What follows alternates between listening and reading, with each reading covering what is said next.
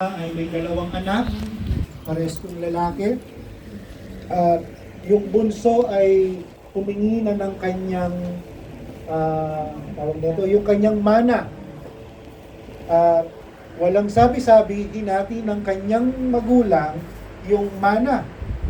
Pero yung anak na bunso, anong ginawa po niya doon sa manang natanggap niya? Ibinenta niya po yon, linustay yung lahat ng kanyang kayamanan. Pag sinabing nilustay, yung lahat ng gusto niyang gawin ay nagawa niya. Binili niya yung gusto niyang bilhin, pinuntahan niya yung gusto niyang puntahan, nilustay. Naubos yung kanyang kayamanan. Pagkatapos na naubos ng kanyang kayamanan, sa verse 14, mapapansin natin, nagkaroon ng matinding tagutom sa lupain kung nasaan yung bunso. So, dahil sa wala na siyang kayamanan, naging OFW siya. Namasukan. OPW na lang. Kasi bakit? Overseas pig workers. Namasukan siya doon sa isang babuyan. Yan. So, tingnan niyo po yung sabi diyan sa verse, namasukan siya sa isang taga roon at siya ay pinagtrabaho nito sa isang babuyan. Sa tindi ng kanyang gutom, anong napapansin natin? Wala pong magbigay sa kanya ng pagkain dahil tagutom sa lupain. Siyempre, alam naman natin kapag yung tao ay walang talagang takot sa Diyos, ang sarili lang niyang kapakanan ng kanyang iintindihin. So, walang nagbigay sa kanya. So, ang nangyari po diyan, halos wala na siyang makain, sa tindi ng kanyang gutom at dahil sa wala namang nagbibigay sa kanya ng pagkain, halos kainin niya ang mga pinagbalatan ng mga bungang kahoy na pinapakain sa mga baboy. Naalala ko itong kwento ng Pastor Cesar noon, yung sila'y nag-mission sa Mindoro. Alam niyo ba yung fluorescent? Hindi yung fluorescent na ilaw, no? Yung parang fluorescent, yung sa saging. Yung gitna ng saging. Yun ay, sa Manila ay pagkain lang sa baboy yun. Yung tusukan ng barbecue din daw. ng mga hotdog, ayan.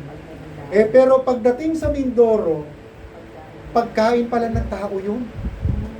Kaya nung una, hindi sila makakain. Kasi sa Manila, pagkain pong baboy yun, hindi natin basta, sino nakakain ng gano'n? Nakakain si Pastor. Kinakain pala yung gano'n. Ako hindi ko rin alam yun. Yung puso ng saging, masarap yan. Pero yung fluorescent, hindi ko pa talaga natikman yun. Lalong-lalo na sa Manila. Kasi pagkain yun ng baboy sa kanila. So, ang nangyari ay, dahil nasa mission sila, tikim-tikim lang. Mahirap pag kasi nasa mission, wala ka talagang pipiliing pagkain. Kasi tatangkidikin mo kung ano yung ihahalok sa'yo ng mga yung mga pinag-mission ng doon.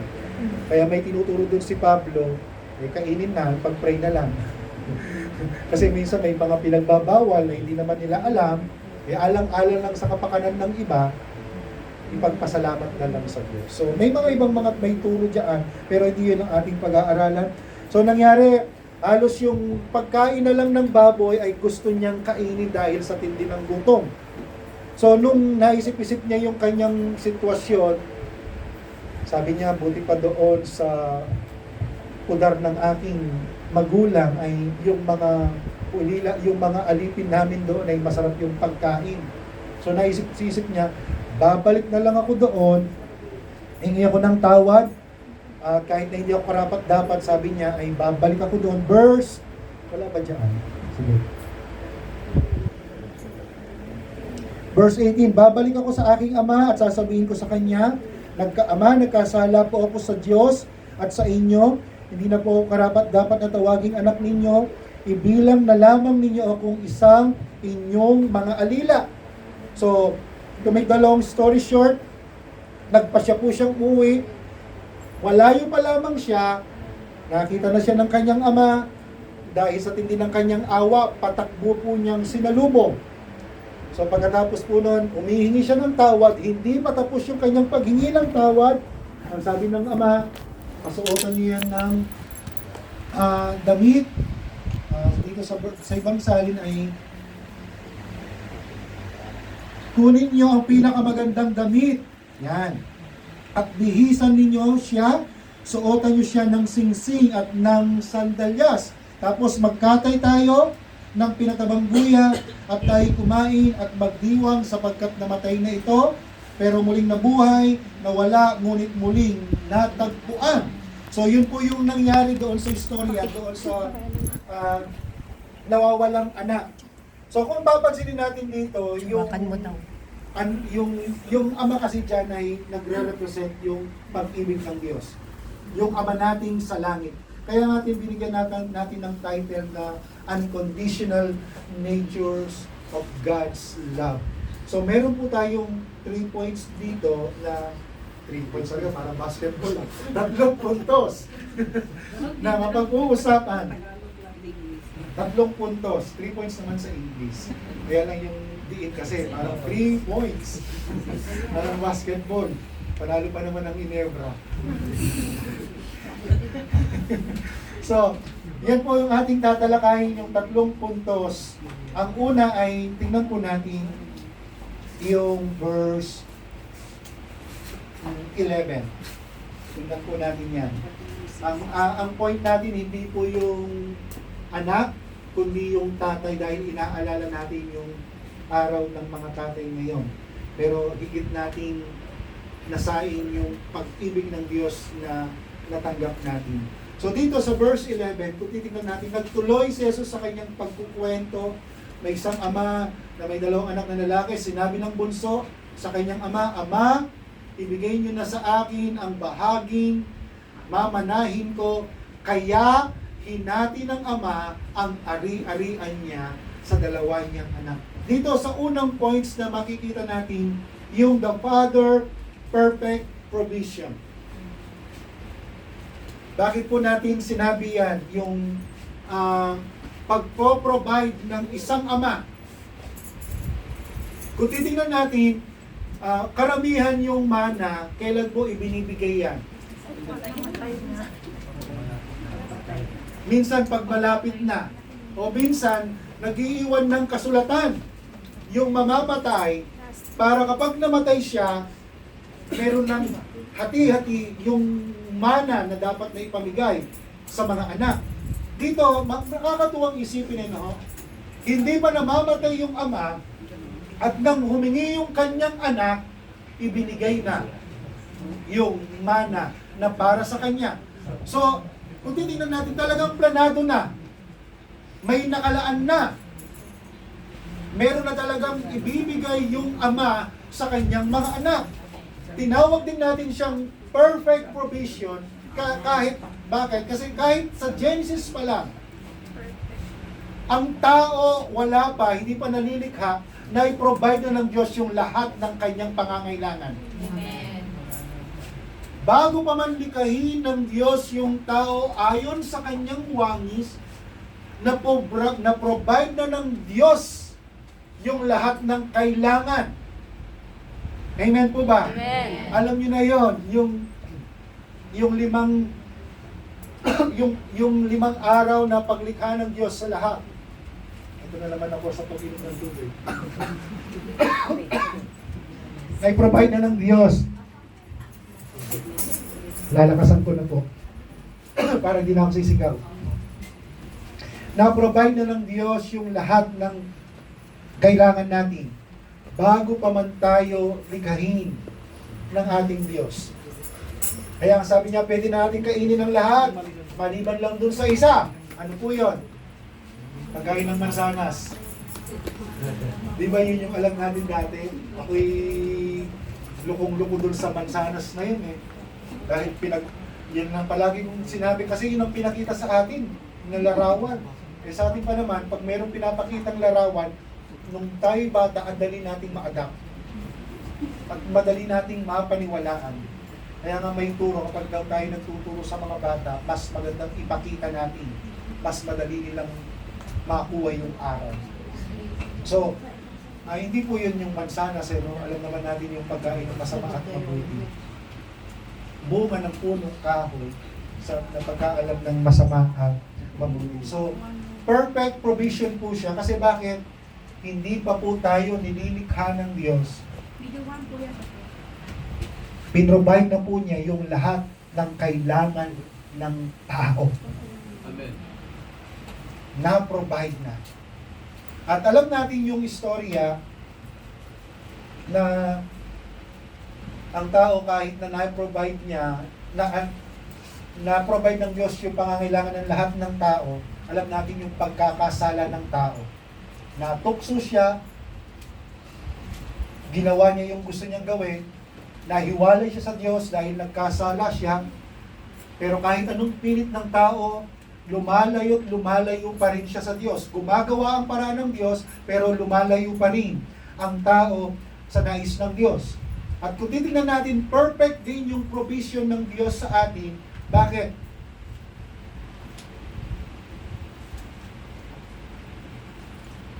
Nung tayo ay makasalanan pa, namatay na si Kristo sa atin. Nag-provide na rin ng Diyos ng kaligtasan kahit na alam niya na itong lilikhain niyang tao, tayo po, nahihiwalay sa Kanya, pinrovide na rin niya yung magiging ransom para sa kapatawaran ng ating kasalanan. Perfect provision. Mahirap po yun. Bakit?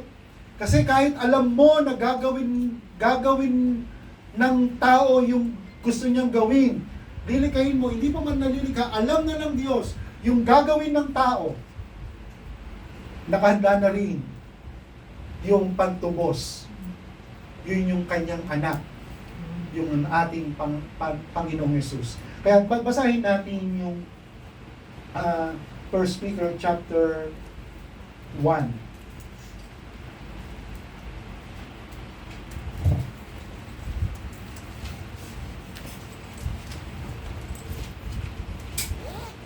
Perfect provision po siya. Bakit? God provides everything before He created us. Saklat po ng 1 Peter, eto naman, chapter 1.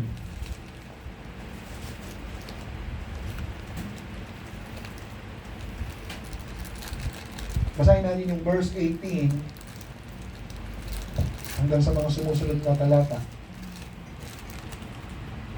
Sige po, pakibasa po dyan sa ating screen. Sige, basa na. Sa inyo mula sa walang kabuluhang pamumuhay na minanan mo sa mga ninuno. Ang ipinatubos sa inyo hindi ang mga bagay na nawawala at katulad ng ito o pila, hindi ang mahalagang pagtubos ni Kristo. Katulad siya ng isang tupa na walang dungis o kapintasan. Okay, sabi, alam naman ninyo kung ano ang pinagtubos sa inyo mula sa walang kabuluhang pamumuhay na minanan nyo sa mga ninuno nyo. Ang ipinagtubos sa inyo hindi ang mga bagay na nawawala, katulad ng ito o pila, verse 19, kundi ang mahalagang dugo ni Kristo, katulad siya ng isang tupa na walang dungis o kapintasan na inihandog sa Diyos. Tingnan nyo po ito. Basahin niya po natin na malakas. Nag-provide na before the world began. Yung ransom, bago palikhain ng mundo, pinili na ng Diyos si Kristo para maging tagapagligtas natin. Hindi lang niya pinrovide yung lahat ng ating pangangailangan, at bago pa rin likhain ng Diyos yung mundo, nagkasundo na yung anak at ama. Na itong anak, siya yung magiging tagapagligtas. Magtutubos sa ating mga kasalanan bago pa likhain. Na-imagine niyo ba yun? Sino dito ang mag-aasawa na alam mo yung mapapangasawa mo bago pa nalaman mo na lulukuhin ka lang pala? Mag-aasawa ka ba? Magpapakasal ka pa? Kung alam mo lang, malulukuhin ka lang pala niya, hindi na. Tama. Hindi mo na siya, bakit mo siya papakasalan kung alam mo na bigla mo makikita na paniginipan ko, parang nanonood ako sa television na ganito palang gagawin mo. Hindi pa lang pala ako, meron pa palang 1, 2, 3, 4, 5. Meron kasi sa Biblia, hindi mo na siya makapakasalan. O sa mga dalagat binata dyan. Hindi mo na. Ang Diyos, alam na niya kung ano yung gagawin natin sa Kanya. Amen. Alam niya na itatatwa siya ni Pedro.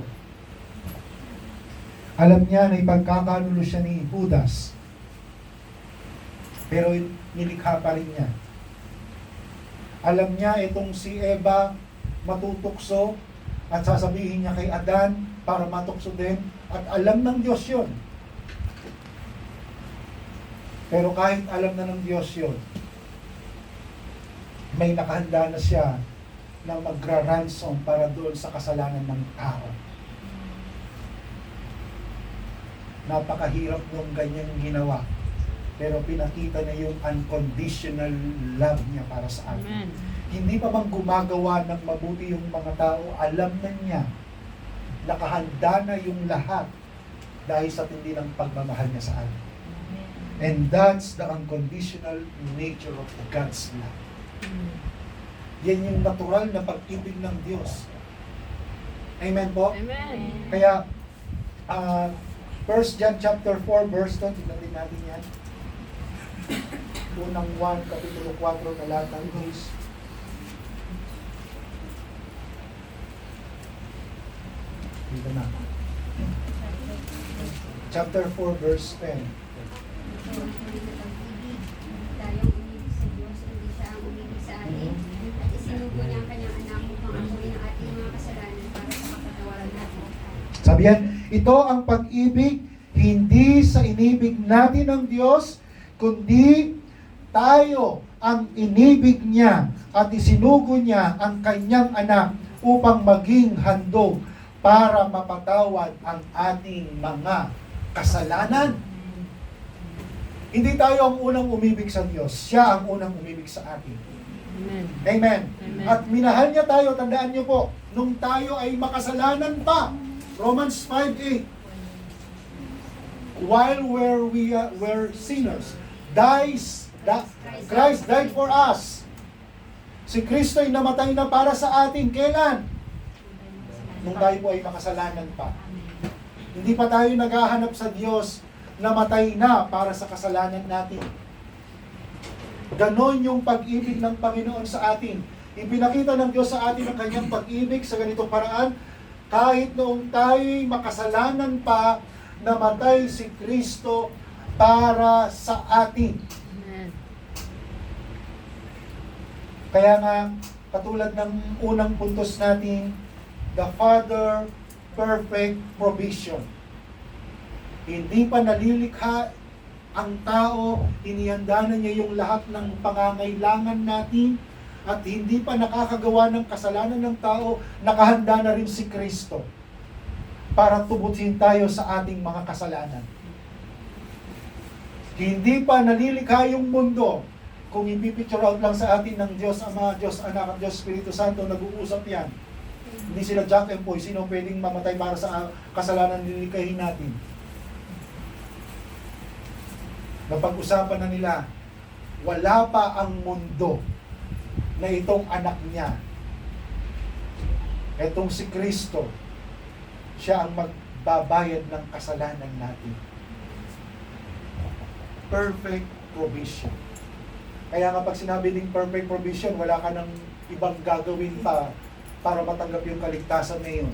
Perfect na yung ginawa ni Kristo para matubos tayo sa ating mga kasalanan. Amen. Kaya nga ang pananampalataya natin, kapag totoo yung pananampalataya natin, sapat na yung ginawa ni Kristo para mapatawad tayo sa lahat ng ating kasalanan. Amen. At hindi tayo gumagawa para tayo maligtas. Katunayan lang yung mga gawa natin na tayo ligtas. Amen? Amen. Bunga lang ng kaligtasan yung mga gawa natin. Kaya nga lagi natin itinuturo ng Biblia, huwag na nating dagdagan yung pagdating sa kaligtasan, huwag nating dagdagan yung mga gawa natin. Yung pananampalataya natin kay Kristo, yun yung katunayan na tayo ay ligtas. Pag totoo yung pananampalataya mo, yung magbubunga yan ng mabubuting gawa. Amen po. Amen. At naniniwala ako, yung mga narito, may mga mabubuting gawa dahil merong tunay na kaligtasan. Amen. Amen po. Amen. May tunay na kaligtasan, namumuhay yan ng tunay na ligtas. Ibig sabihin, gumagawa tayo ng mabuti, hindi para maligtas, kundi bunga yan ng ating kaligtasan.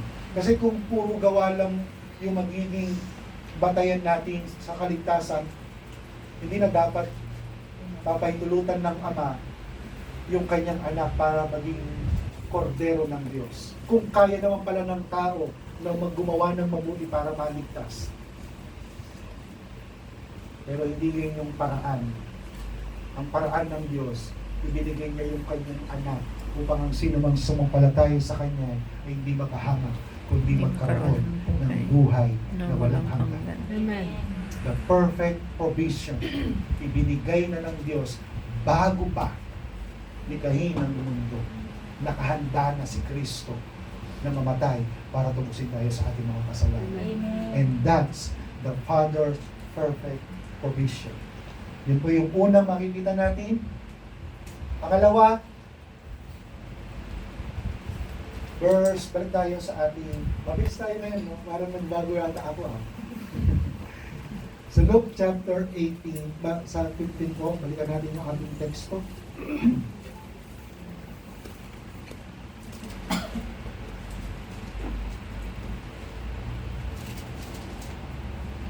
Katulad ng anak dito, sabi doon, naibigay na, nakahanda na, yung mana, meron pala akong naalala pa tungkol sa mana, Romans chapter 8 verse 17, yung mga taga-mananampalataya, tayo po ay tagapagmana ng kanyang kaharian. Amen. Amen. Sa aklat po ng 15 verse 20, yan.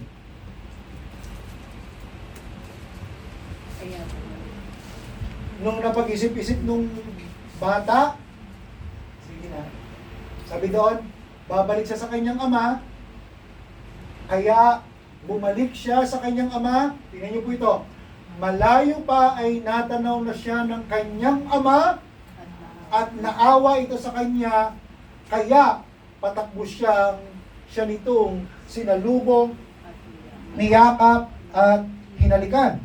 Dito sa MBB, malayo pa natanaw na siya ng kanyang ama, at dahil, dito kasi maganda, sa matinding awa, compassion, ay patakbo siyang sinalubong, niyakap at hinalikan. Ano ang mapapansin natin dito sa ama? The father's pag-aantay and watches. Bakit po natin masabing siya po ay nag-aantay at natingin? Malayo pa. Ibig sabihin, sino dito ang mga magulang na nakakatulog ng masarap kapag wala pa yung kanyang anak na ibig sabihin hindi pa nakakauwi sa kanyang bahay?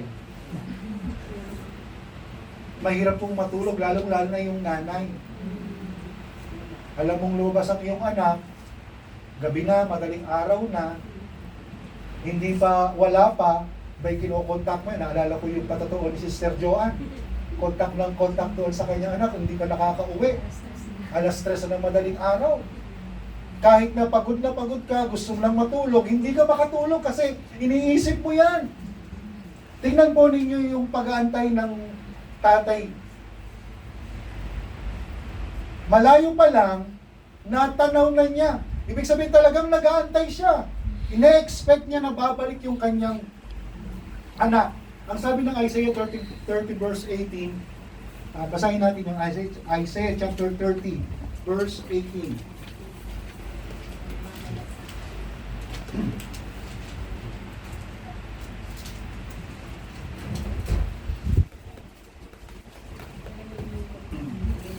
Ngunit si Yahweh ay naghihintay upang tulungan kayo at kahabagan, sapagkat si Yahweh ay Diyos na makatarungan, mapalad ang lahat ng nagtitiwala sa Kanya. Pero naghihintay ang Panginoon na kayo'y lumapit sa Kanya. Yan yung unconditional nature of God's love, na siya ay laging naghihintay para tayo ay lumapit. Kagaya ng nakita natin dito sa kwento ng ating Panginoong Yesus, malayo pa lang, natanaw na ng Ama yung kanyang anak. So, ibig lang sabihin niyan, yung Ama, palagay ko, kung ako siguro nasa labas yun, sa isip ko lang, hindi mo naman matatanaw kung nandun ka sa kwarto. Hindi mo naman matatanaw kung nandun ka lang sa loob ng bahay. Mas madali mong matanaw kung nasa labas ka. O kung bibigyan pa natin ng malawak na kaisipan, akit ka na lang doon sa bubong para makita mo. Kaya lang, wala naman sigurong tatay na mag-aaksaya ng panahon na ando ka lang lagi sa bubong. Nasa labas lang siguro, marahil kahit hindi naman natin mababasa sa Bible, kaya pag sinabing natanaw, ibig lang sabihin doon, nag-aantay itong Ama. Amen. At kagaya ng ating Ama na nasa langit, palagi niyang inaantay tayo na tayo lumapit sa Kanya. Amen. Kahit Diyos siya, alam niyo, hindi niya ginagamit yung Kanyang kapangyarihan para pilitin tayo na lumapit sa Kanya. Talagang inaantay lang niya yung tao para lumapit sa Kanya. At kagaya ng binasa natin dyan sa 30:18 ng Isaiah, naghihintay ang Panginoon na tayo lumapit sa Kanya para kaawaan niya. Nakahanda siyang ipadama sa atin yung Kanyang pagmamalasakit. Bakit daw po? Sapagkat ang Panginoon ay makatarungang Diyos. Palagi din sinasabi ng ating Panginoon, lumapit kayo sa akin, kayong mga napapagal at nabibigatan sa inyong mga pasanin, sapagkat kayo'y pagpapahingayin ko. Kaya maraming tao na nai-stress, pero dapat ang mga mananampalataya hindi stress. You're so blessed to be stressed. Hindi dapat na nadi-disappoint. Bakit? You're so anointed to be disappointed. Amen? Amen. Kasi dapat hindi talaga uso sa atin yung stress. Kasi pinagpala tayo ng Diyos eh. Amen. Masyado tayong pinagpala ng Diyos. Tayong mga anak niya. Na-provide na niya yung lahat ng ating mga pangangailangan. Pati sa kaligtasan, kahit nga sa pamumuhay bilang mga mananampalataya eh. Binigay na rin niya yung mga sandata natin sa pakikipagdigma. Amen? Amen. Perfect nga eh. Hindi lang yun. Pati yung mga kakayanan natin para sa pakikipaglaban sa espiritual. Mga katangian, mga kakayanan sa 1 Peter. Kung babasahin din natin yan. Pinagkaloob na niya sa atin lahat ng yun. Kaya nga masasabi natin talagang ang Diyos ang kailangan lang talaga natin ay lumapit sa Kanya dahil nasa Kanya ang lahat ng bagay. Amen. Kaya nga yung pag-aantay niya ng Ama doon sa Kanyang anak, sabi, malayo pa lang natanaw na siya ng kanyang Ama at dahil sa matinding awa, patakbo siyang sinalubong at niyakap at hinalikan. So, the Father waits and watches.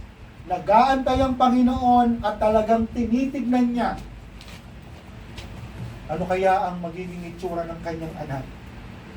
Kung titignan natin, meron din yan yung word na patakbo. Kasi sa kultura nila, ng mga panahon na yun, parang bumababa yung dignidad mo kapag ikaw ay tumakbo. Lalong-lalo na kapag yung tatakbuhan mo yung marumi. Kasi yung kanyang anak, hindi naman niya naisipang maglinis eh. Kasi galing siya sa gutom. Dugyot siya. Alam mo yung dugyot?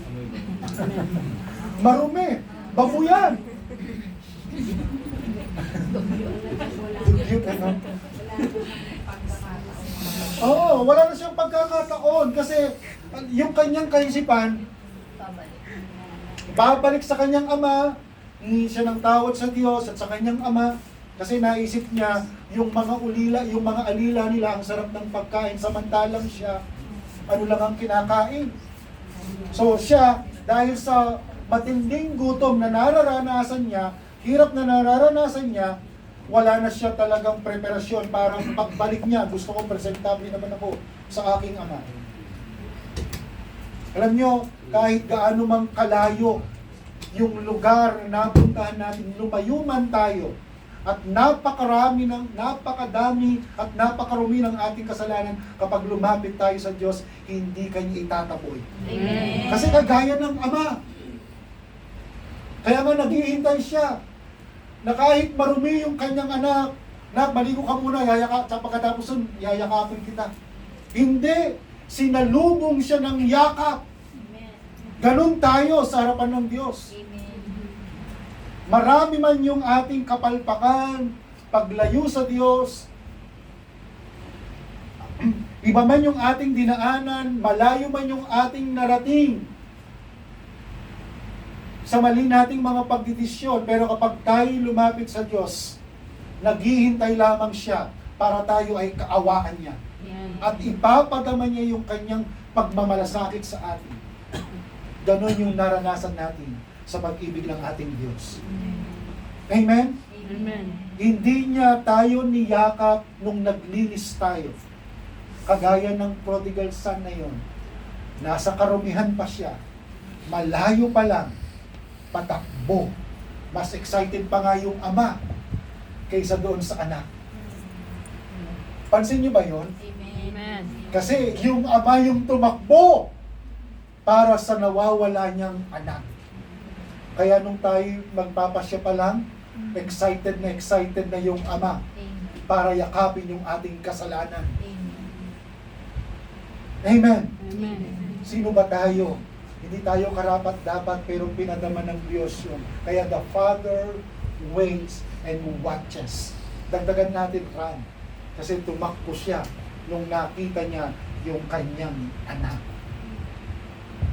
Kaya pasalamat tayo, tinatagpo tayo ng Panginoon sa kabila ng paglayo natin sa Kanya, sa dami ng ating kasalanan, karumihan, hindi alintala sa Kanya, handa siyang magpatawad sa lahat ng ating kasalanan. Amen po. Kaya alam nyo, nalulungkot ako kapag meron na kasi akong napakinggan na nung ako'y nasa Pampanga, yung isang tito ko na dati nang nakakilala sa Panginoon, ini-invite ko siya palagi noon nung nandun ako. Dito, balik ko kayo. At alam niyo, lagi niyang sagot sa akin, at saka na ako babalik kapag ako'y malinis na. Kailan ba dinadala yung maruming sasakyan sa carwash kapag malinis? Dinadala natin yung, nagpapakarwas tayo dahil marumi yung sasakyan. At hindi mo naman dadalhin yung malinis. Pakarwas nga itong bagong kintab ng aking nasasakyan. Walang ganun. Amen? Amen. Kaya, hindi ko lang masabi doon sa tito ko nun eh. Medyo wala pa ako sa kondisyon magsalita pa sa kanya. Pero, hindi dapat na minsan may mali tayong pananaw sa paglapit sa Diyos. Bago maayos yung aking buhay, tsaka ako maglilingkod sa Diyos, lalapit sa Diyos. Mali po yun. Maglingkod sa Diyos, maayos yung buhay mo. Amen. Maabot ko muna yung pangarap bago ako magbigay ng buhay sa Diyos. Magbigay ka ng buhay sa Diyos, maabot mo yung pangarap mo. Amen. Amen? Amen. Patanungin nyo yung mga pastor na nagplano na pumunta sa iba't ibang lugar. Hindi pa nagpapastor noon, nangarap na na makapunta sa ibang bansa, makapunta sa iba't ibang lugar. Mas maraming mga nakapunta sa iba't ibang lugar nung naging pastor. Kasi bakit nagmisyon? Amen. Hindi maaabot, kaya napakahalaga na huwag nating isipin na kapag maayos na, tsaka ka palang lalapit sa Panginoon, doon mo palang pagbubutihin ang paglilingkod, doon ka palang magbibigay ng buhay sa Diyos, mali po yun. Para matugunan din yung mga pangangailangan natin, unahin mo ang kaharian ng Diyos. Amen. Ang sabi ng Matthew 6:33, at gawin yung kanyang kalooban. And, ang sabi doon? And all these things shall be added unto you. Kaya baliktad kasi sa pananaw natin. Pero ang Diyos lagi siyang naghihintay. Amen po? Amen. Naghihintay siya para tayo ay kaawaan niya. Kapag tayo lumapit sa Kanya, tutulungan niya tayong ganap. Amen? Amen. Kaya huwag nating hintayin na maayos mo na yung buhay natin bago tayo lumapit sa Panginoon. Lumapit na tayo, aayos yung buhay natin. Amen. Amen po? Amen. And last, tapos na tayo. Wow, praise God.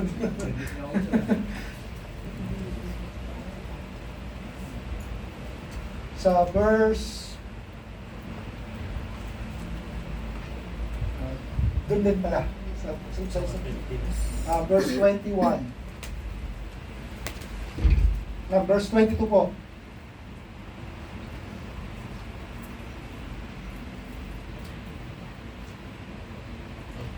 Tingnan natin sa verse 22. Basahin muna natin yung 21. Sorry. Sinabi ng anak sa kanyang ama, Ama, nagkasala po ako sa Diyos at sa inyo, hindi na po karapat-dapat na tawaging anak ninyo.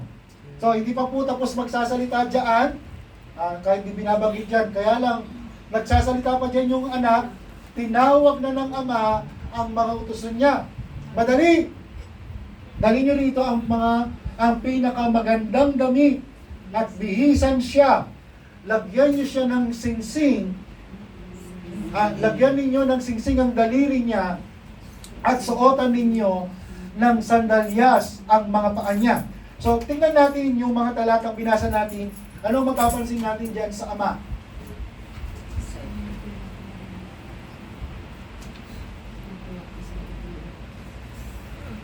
The Father restores completely. Tingnan nyo po. Alam natin na naglusta yung kanyang anak, pero anong ginawa ng kanyang ama? Dalhin nyo rito. Di ba touchscreen to?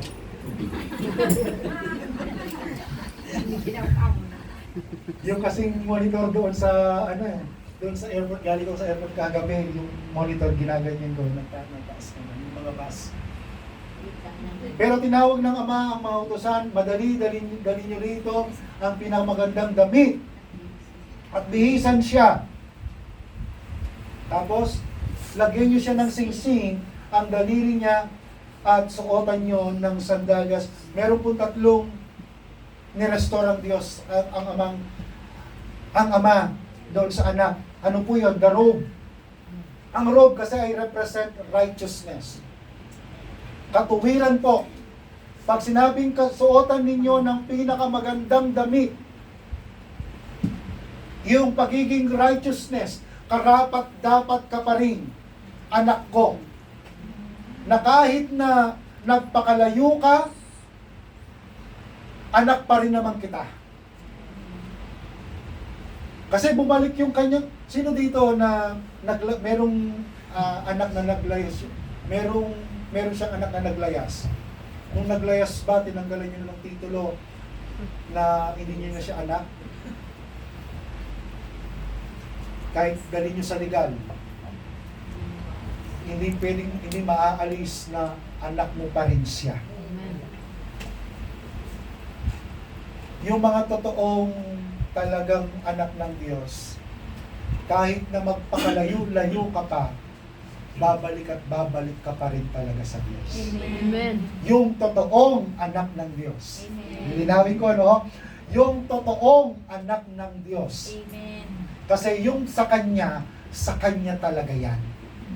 Sabi ng Roma, alam na ng Diyos kung sino yung sa Kanya. Amen. Basahin nga natin yun. Romans chapter 8. Isa sa magandang talata na minsan na nagkakamali sa interpretasyon. Meron kasing mga nagtuturo, pinili na ng Diyos kung sino-sino yung mga maliligtas.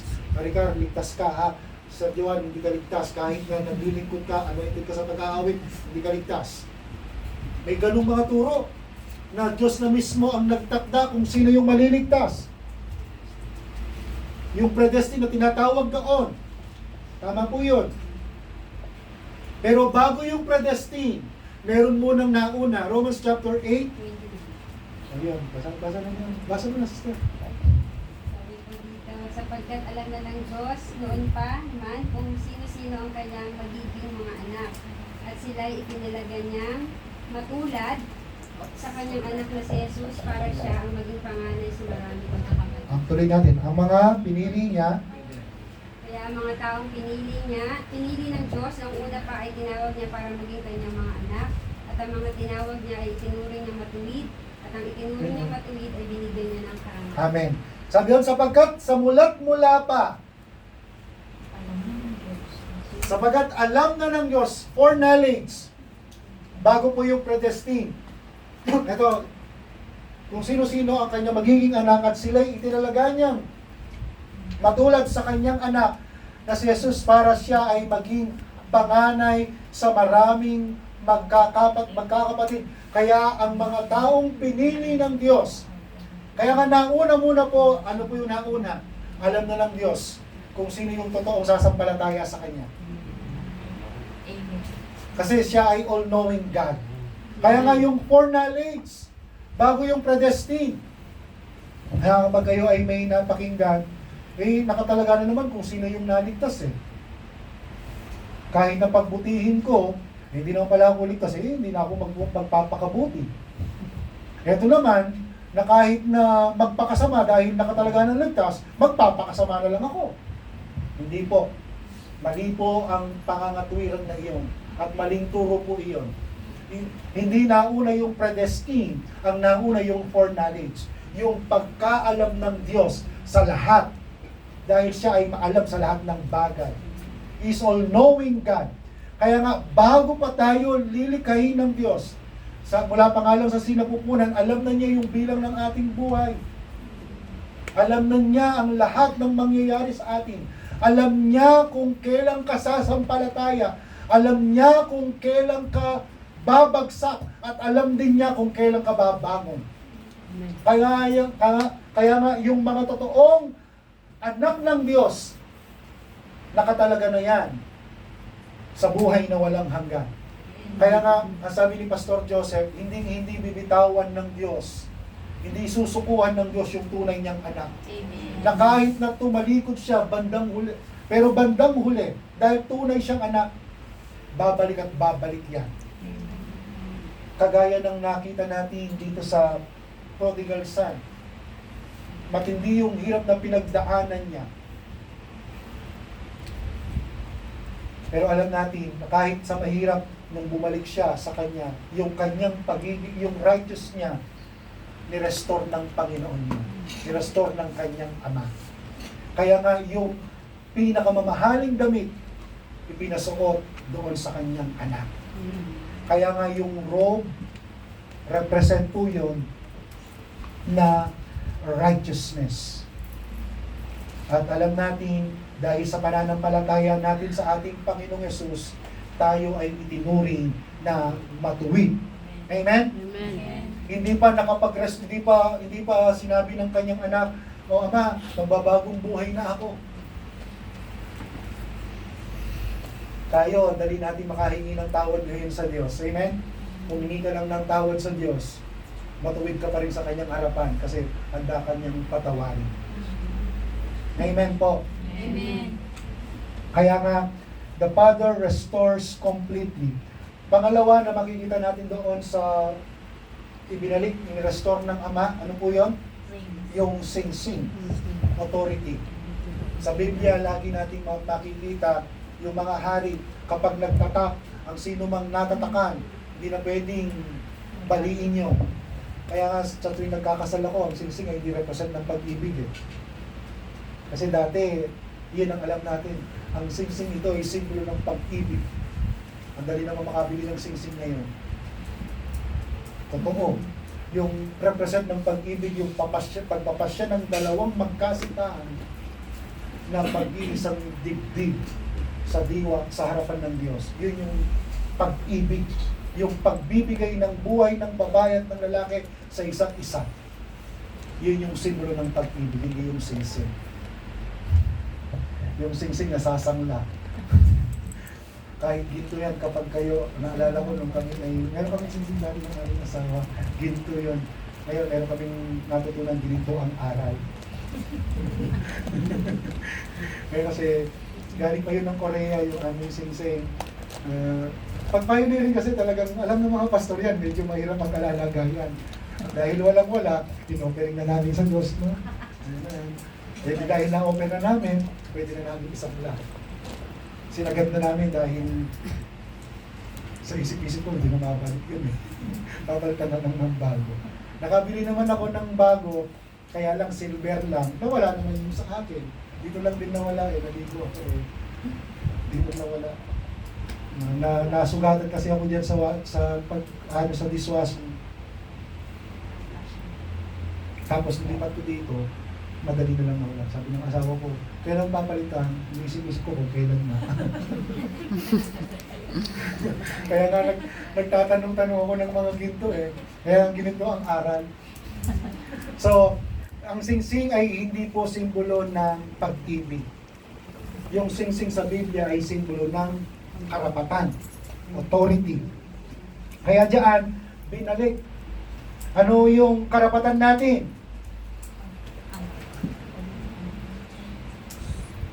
Hindi tayo bisita. We are the sons and daughters of God. Kaya nga ano sabi ng John 1:12?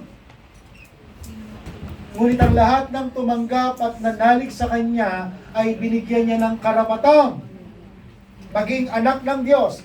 We are sons and daughters of God. Kaya nire-restore ng Ama yung karapatan niya ngayon. Anak pa rin naman kita. Nung una, nirestore niya yung kanyang katuwiran. Karapat dapat ka pa rin sa akin. Karapat dapat ka pa rin tumigil sa aking bahay. Dito naman, yung karapatan niya bilang isang anak. Amen. Tayo po ba anak ng Diyos? Amen. Tayo'y mga anak ng Diyos. Kaya nga tulad ng binabanggit ko, ang hindi talaga susukuan ng Diyos yung kanyang mga anak. Isang halimbawa na yan si Jonah, kahit na umiba siya ng landas sa utos ng Diyos, pero nangyari, bumalik pa rin naman siya. Eh bakit si Judas? Eh talagang nakatalaga na yon. Judas na talaga yon. Simula't simula pa. Tingnan yung katabi mo, hindi naman yan. Amen? Marahil yan ay si Pedro. Amen?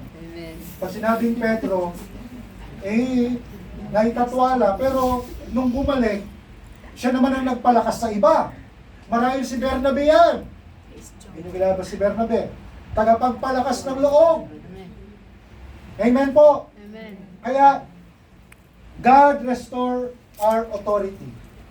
Tayo po ay ang Ama, nakita natin, ni-restore ng Ama yung karapatan ng kanyang anak bilang isang anak. Amen po. So, yung uli, ano yung binigay sa kanya? Ano yung ni-restore sa kanya? Saan ginagamit yung sandalyas? Siyempre sa paa. Alam naman yun sa kamay. So, ano po yung nare-represent ng sandalyas? Freedom. Sabi diyan, we are no longer slaves. Dati tayo ay alipin ng kasalanan. Pero tayo free from a children of God. Amen. Tayo'y mga anak ng Diyos. Hindi na tayo alipin. Kaya meron tayong kalayaan. Ano yung layang yon? Laya na gumawa ng mabuti. Amen. Hindi na tayo alipin ng kasalanan. Kaya nire-restore na ng Diyos sa atin yan. na sa tuwing tayo bumabalik sa Diyos sa kabila ng ating kakulangan, nire-restore ng Panginoon. Hindi ka alipin ng kasalanan, alipin tayo ng katuwiran at kabanalan. Amen. Kaya mga kapatid, yan yung unconditional nature of God's love. Pag sinabing ng kondisyon, di pa man tayo gumawa ng mabuti, meron ng perfect provision ng Panginoon sa atin. Ang Diyos, naghihintay na siya, di pa man tayo gumawa, anda na siyang kaawaan tayo. Pinagmamasdan niya na tayo, naghihintay na siya sa atin. At ang Diyos, nakahanda na rin yung pagre-restore niya sa atin. At yung restoration niya, complete restoration. Sa atin ay problema sa atin pag tayo ay nagre-restore minsan. Minsan ay sinasabi natin, nabasag na yan, may lamat na, mahirap lang ibalik. Yun yung ating pananaw. Pero sa Diyos, hindi. Pag nag-restore ang Diyos, complete talaga. Amen. Amen po. Kaya nga, when God forgives, He forgets. Pag nagpatawad ang Panginoon, kinakalimutan na niya yun. At kapag bumalik ka naman sa Kanya, o anak, dahil nagkasala ka, ito na lang ibibigay ko sa iyo. Hindi. Anumang karapatan ng anak, sa Kanya pa rin yun. Amen? Tagapagmana pa rin tayo ng Kanyang kaharian. Matatawag pa rin natin siyang Ama. Kaya kahit sabihin ng maging alila na lang ako. Nasabi ng anak eh. Pero ano sabi ng Ama? Hindi. Anak pa rin naman kita.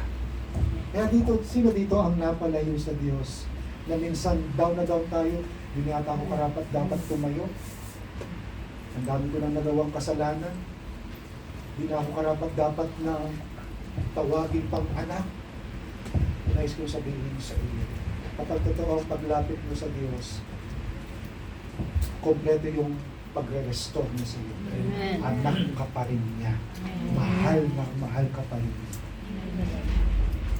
Kaya nga tayo, huwag na tayong lalayo sa Panginoon. Ang prayer ko nga kanina, Lord, Panginoon, yung pag-ibig ninyo, yun yung umakay sa amin para huwag kaming lumayo sa inyo. Kasi pansin natin dito sa prodigal son na yun, nung lumayo siya sa Diyos, nagkawendang-wendang talaga yung buhay sa kanyang ama. Ganun din naman, kapag tayo lumayo sa Diyos, magkakawendang-wendang ang buhay po natin. Ano yung wendang-wendang? Nahihirapan tayo, magugulo yung buhay natin, magkakagulo-gulo, magiging miserable ang buhay mo. Kasi wala ka sa poder ng perpektong Diyos, perpektong Ama. Magiging mahirap ang kalalagayan ng hiwalay sa pader ng ating Amang nasa langit. Kaya nga, huwag na po tayong lumayo. Amen. Amen? At kung alam mong napalayo ka sa mga ilang buwan, taon, araw, it's time to go back sa ating Amang mapagmahal. Amen. At kagaya ng ating napag-aralan, naghihintay siya na tayo ay lumapit sa Kanya para kaawaan niya tayo. Sapagkat ang Diyos ay nagmamalasakit sa atin ng Diyos. Amen. Kaya mga kapatid, nantay lang tayo ng Panginoon.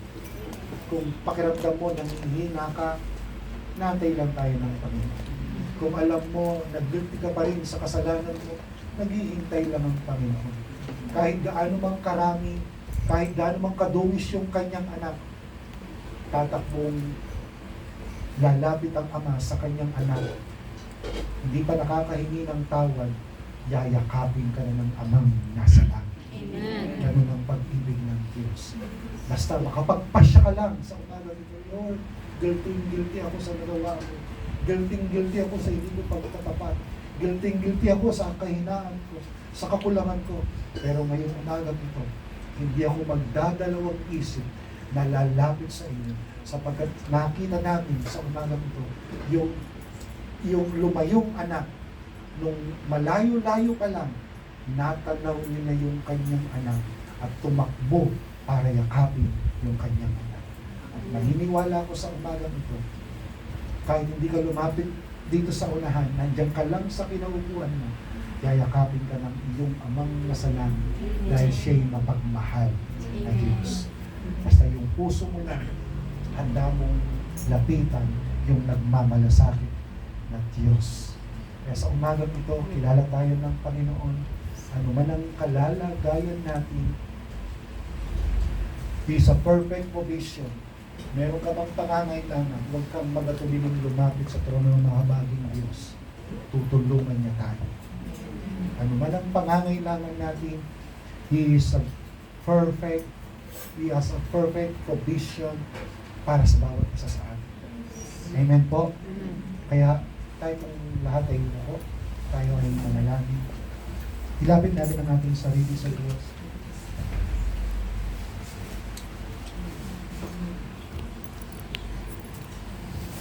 Hallelujah. Merong isang awit yung amang mapagmahal, siya'y kublihan, pag-asa ng lahat. Hallelujah. Yung abong inihahanda po ng ating mga musician, worshipers, ng ating ahawitin. Ilapit natin ang ating sarili. At kagaya ng ating pinag-aralan, the Father, perfect provision, tandaan po natin, bago palikahin ng Diyos yung tao, nakahanda na yung lahat ng ating mga pangangailangan. At bago pa tayo magkasala, bago pa man likahin ng mundo, alam na ng Diyos na tayo ay lalayo sa Kanya. Nihanda na niya yung Kanyang anak para matubos tayo sa lahat ng ating mga kasalanan. Kaya kung ang Kanyang anak ay naibigay na, sabi sa Romans, ano pang mga bagay ang hindi niya kayang ibigay sa atin.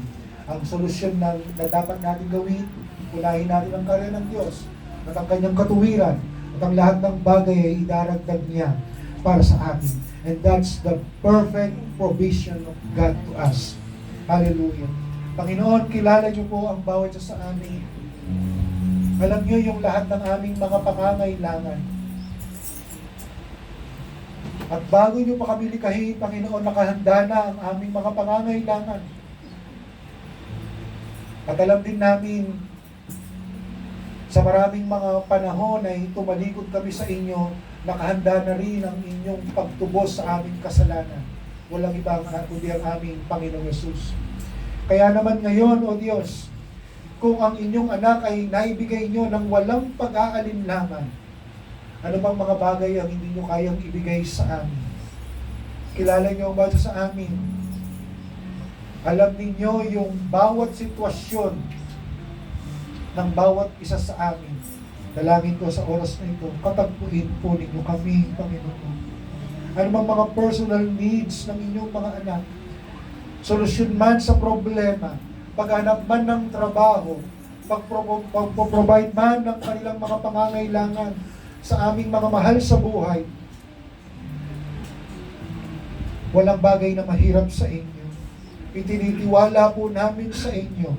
Kayo ang Diyos na maaasahan. Kayo ang Diyos ng aming pag-asa.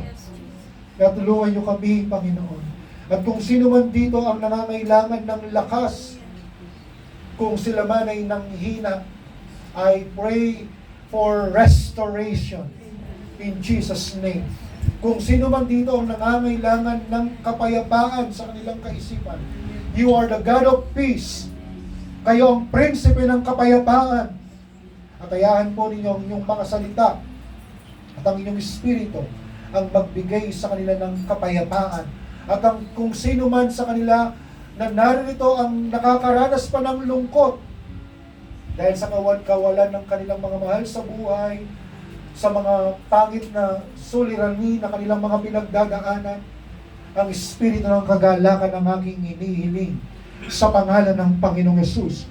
Sa pangalan ng Panginoong Yesus. At sino man na narito, Panginoon, ang nakakaranas ng mga sakit sa pangangatawan, ang sabi ng inyong mga salita, dahil sa inyong mga latay, kami ay nagsigaling. We claim healing in the name of Jesus.